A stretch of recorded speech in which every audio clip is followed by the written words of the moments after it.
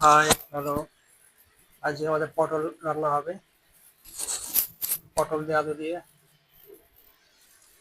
রসা, পটলের রসা হবে। এই যে কাটছি পটল, এই যে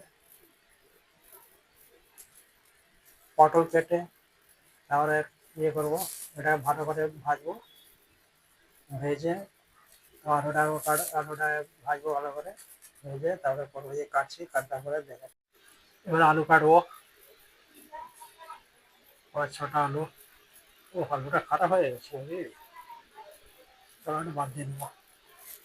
আলু কেটে পটলটা নাড়তে দেবো। এবারে গরম হয়ে এসছে, কড়াইটা ভালো করে গরম হোক, তারপরে দেবো আদা, রসুন, টমাটো, কাঁচা লঙ্কা, পেঁয়াজ। আর পটলটাকে নাড়ছি ভালো করে, না নাড়লে জলসা লাগবে। ভালো করে নেড়ে নিলে ভালো জলসাটা লাগবে আর কি।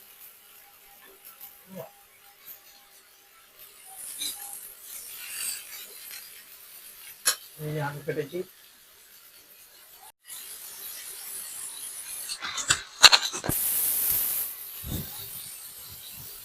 পটলটা ভাজা হয়ে গেছে, এবার আলুটা ভাজছি।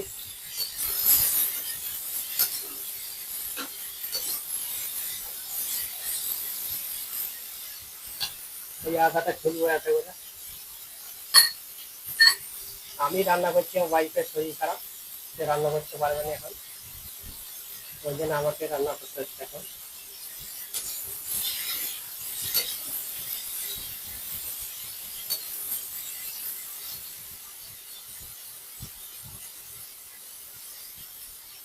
রান্না করা তো খেতে হবে, পেট তো শুনবেন,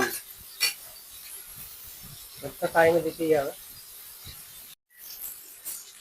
এটা দিয়েছি।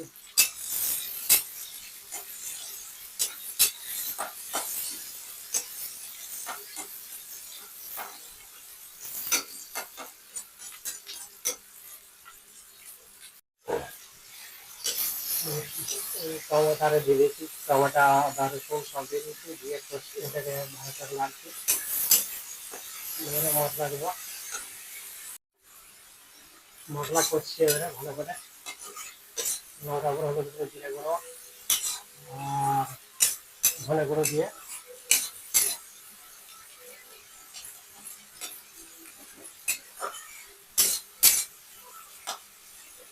তারপর আলুটা দিয়ে দিয়ে আসবো।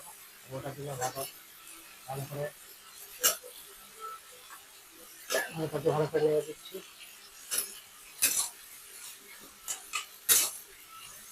একটু নেড়ে তারপর জল দিয়ে দেবো।